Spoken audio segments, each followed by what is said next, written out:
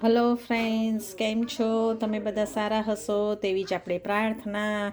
તો ચલો આપણે 10 ડેઝ થઈ ગયા આપણે કશું રેસીપી તમારી સાથે મેં શેર નથી કરી, પણ આજે હું તમારી સાથે શેર કરવાની છું. આપણે મગસ બનાવવાનું છે. તો તેના માટે મેં જો અહીંયા આગળ 1 કિલો મગસનો લોટ લેવાની છું. તેની અંદર 2 મોટી વાડકી જેટલું ઘી મેં લઈ લીધેલું છે. હવે આ ઘી આપણું ગરમ થઈ ગયું છે, તો હવે એની અંદર આપણે બધો મગસનો લોટ છે તે હું તૈયાર જ મગસનો લોટ લાવેલી છું મિત્રો. તમે પણ આવી રીતે જો તૈયાર જ મગસનો લોટ હોય તો તમે તૈયાર લાવજો. એ હું તૈયાર જ મગસનો લોટ લાવી છું. તે હું જ અંદર 1 કિલો છે, તો 1 કિલો મગસનો લોટ હું આની અંદર હવે એડ કરવાની છું. તો ચલો હવે આપણે બધો મગસનો લોટ અંદર એડ કરી દઈએ. જો ફ્રેન્ડ્સ, આ બધો મેં મગસનો લોટ અંદર એડ કરી દીધેલો છે. હવે એને મીડિયમ ગેસ પર આપણે શેકવાનું છે.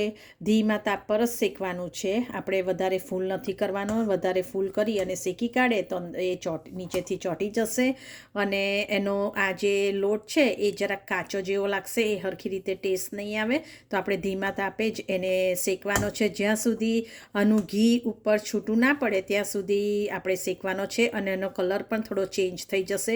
અને ત્યારે આ પ્રોપર શેકાઈ જાય, ઘી છૂટું પડે, ત્યારે તમને ઓટોમેટિક જ ખબર પડી જશે. એકદમ આ લોટ અત્યારે હેવી લાગે આવી રીતે, તે વખતે આ લોટ એકદમ હલકો, આપણે જ્યારે ખમણ બનાવીએ ને કેવું હલકો લોટ લાગે તેવી રીતે હલકો થઈ જશે. તો આપણે ચલો હવે ધીમા તાપે એને આપણે હલાવી અને શેકી લઈએ. જો ફ્રેન્ડ્સ, હવે આપણું આ ધીમે ધીમે ઘી છૂટું પડવા માંડ્યું છે. તમે જોઈ શકો છો કે ઉપર કેવું સરસ રીતે દેખાય છે ને આ હલકું પણ થવા માંડ્યું છે.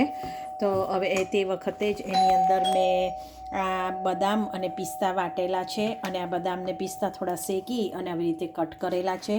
પણ આ જે પાવડર છે એ હું અંદર જ, બદામ અને પિસ્તાનો પાવડર હું અંદર જ એડ કરી દેવાની છું. કારણ કે છોકરાઓ ઉપર હોય ત્યારે વધારે ખાતા નથી, એવી રીતે આ થોડોક પાવડર અંદર પણ એડ કરવાની. પછી ઉપર ડેકોરેટ માટે ખાલી હું આ એડ કરવાની છું. તો ચલો આ બધો પાવડર હવે આપણે અંદર એડ કરી દઈએ અને થોડીક વાર હજુ શેકાવા દઈએ. કારણ કે હજુ થોડુંક કાચું લાગે છે, એટલે આપણે એને થોડીક વાર હજુ શેકાવા દઈશું પાવડર અંદર એડ કરીને.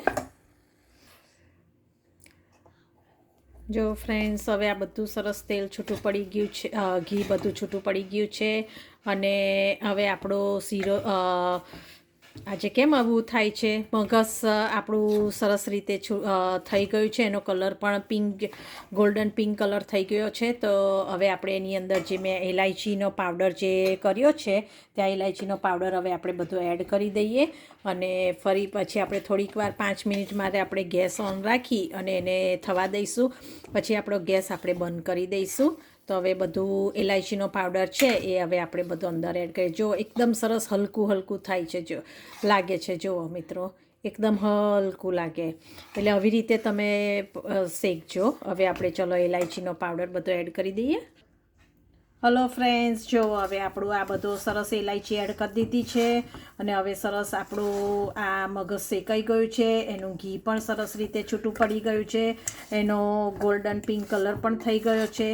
તો હવે આપણે આ બધું મિક્સ થઈ ગયું છે અને શેકાઈ ગયું છે. તો હવે આપણે એનો ગેસ બંધ કરી દઈશું. અને પછી હવે આપણે થોડીક વાર એને આપણે ઠંડુ પડવા દેવાનું છે. આપણે આ ગેસ પરથી બીજા ગેસ પર આપણે ખસેડી લઈશું, જેથી આપણો જે શીરો છે ઓલરેડી શેકાઈ ગયો છે, તો વધારે નીચેથી ચોંટી ના જાય એટલા માટે. અને આપણે હવે ઠંડુ પડવા દઈશું. પછી એની અંદર આપણે દળેલી ખાંડ એડ કરીશું, અને એ હું તમને પછી બતાવીશ. હલો ફ્રેન્ડ્સ, જો આપણું હવે આ ઠંડુ થોડું પડી ગયું છે, એટલે એની અંદર આપણે આ હવે જે દળેલી ખાંડ હોય, સુગર, એ આપણે એડ કરી દીધી છે. મેં આટલા બાઉલ ભરી અને એડ કરી છે. હવે આ બધું પ્રોપર મિક્સ કરી દઈએ અને પછી આપણે થાળીમાં આપણે ઠારીએ. જો ફ્રેન્ડ્સ, હવે આપણું આ બધું સરસ રીતે સુગર મિક્સ કરી દીધી છે.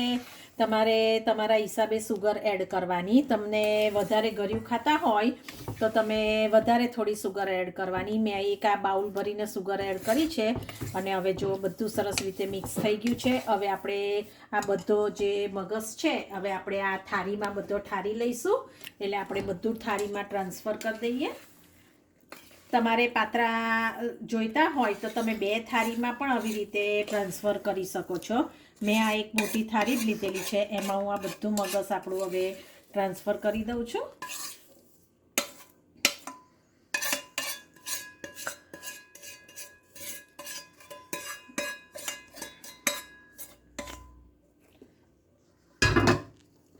જો ફ્રેન્ડ્સ, આવી રીતે આપણું આ બધું હવે મગસ આપણે ટ્રાન્સફર કરી દીધું છે. જુઓ, મારી થાળી આખી ભરાઈ ગઈ છે ફ્રેન્ડ્સ. આપણે એને કંઈ કરવાની જરૂર નહીં, ખાલી આમ કરીએ એટલે બધું સરસ રીતે થઈ જાય. હવે એની ઉપર મેં આ જે કાપેલા છે નટ્સ, એ હવે આપણે આ બદામ અને પિસ્તા કાપેલા છે એ બધા આપણે હવે એની ઉપર સ્પ્રિંકલ કરી દઈશું.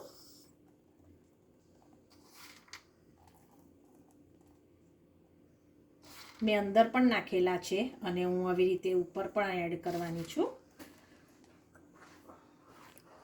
અને સ્લાઇટલી પછી આપણે એને જરાક પ્રેસ આપી દઈશું એટલે અત્યારે મગસની અંદર સરસ રીતે આપણું આ ચોંટી જાય.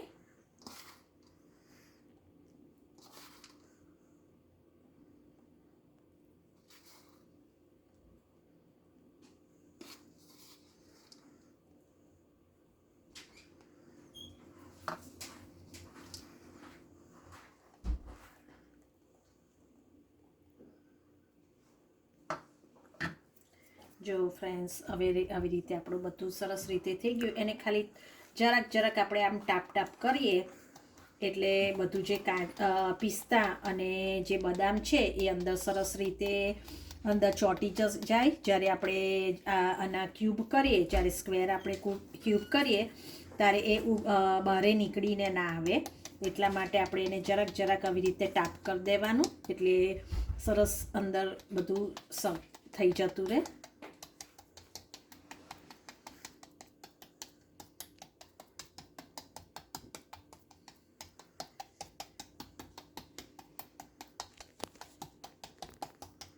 જો હવે કેટલું સરસ રીતે થઈ ગયું છે. હવે એને આપણે હાફ એન અવર કાં તો 20-25 મિનિટ જેવું લાગશે, આપણે એને ઠરવા દઈશું. જો ગરમી હોય તો તમારે ઇન્ડિયામાં ગરમી હોય તો તમે ફ્રીજમાં પણ મૂકી શકો છો, પણ અહીં આગળ ઠંડી છે એટલે અમે આવી રીતે બહાર જ રવા દઈશું. એટલે હમણાં હાફ એન અવરમાં એ ઠરી જાય પછી એના આપણે સ્ક્વેર કકડા કરી અને આપણે મૂકી દઈશું. તો ચલો, હું આ ઠરે પછી હું તમને બતાવું. હલો ફ્રેન્ડ્સ, જો હવે આ બધું સરસ રીતે થઈ ગયું છે, પણ હજુ મારું આ મગસ છે હજુ ઠર્યું નથી, કારણ કે હજુ હમણાં જ કર્યું છે એટલે એટલું જલ્દી ઠરતું નથી. એટલે તમે પણ આવી રીતે મગસ બનાવી અને તમે પણ આવી રીતે સરસ ઉપર ડેકોરેટ કરી અને ટ્રાય કરજો. આવી રીતે મગસ બનાવજો, એન્જોય કરજો, મને યાદ કરજો અને સબસ્ક્રાઈબ કરવાનું ભૂલશો નહીં, લાઈક કરવાનું ભૂલશો નહીં. આવી જ રીતે રેસીપીમાં આપણે તમારી સાથે જોડાતા રહીશું અને નવી રેસીપી બનાવતા રહીશું. તો ચલો મિત્રો, તમે પણ આવી રીતે મગસ બનાવજો અને મને યાદ જરૂરથી કરજો. ચલો, બાય.